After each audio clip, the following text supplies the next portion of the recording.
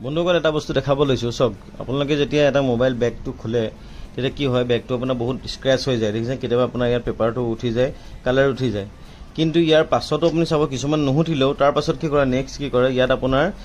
বহুত মানে আঠা লগাই দিয়ে যাতে নেক্সট আৰু আপুনি এখন খুলিলে এইটো মানে আপোনাৰ ফাইনেলি এখন আপোনাৰ বেয়া হোৱাটো খাটাং তো আমি এটা বস্তু লগাওঁ যেটো দেখিছে ইয়াত লাগি আছে এটো হৈছে বোথ সাইড টেপ বুলি কয় কিন্তু একচুয়ালি এটো বোথ সাইড টেপ নহয় বোথ সাইড টেপটো বহুত উইক থাকে তো তাৰ কাৰণে কি হয় সোনকালে অতি সোনকালে এৰাই যায়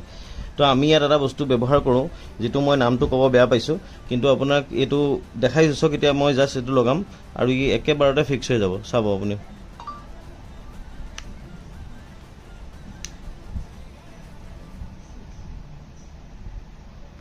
দেখা পাইছে এটো ধুনীয়াকৈ লাগি গৈছে আৰু এটো আপোনাৰ এতিয়া খুল নাখায় এটো কিন্তু এটো আপোনাৰ খুলিলে যেতিয়া আপুনি পাছত নেক্সট কোনোবা এজন ব্যক্তিয়ে খুলিব তেতিয়া কিন্তু এই বস্তুটো কালাৰটো ইয়াৰ উঠি নাযায়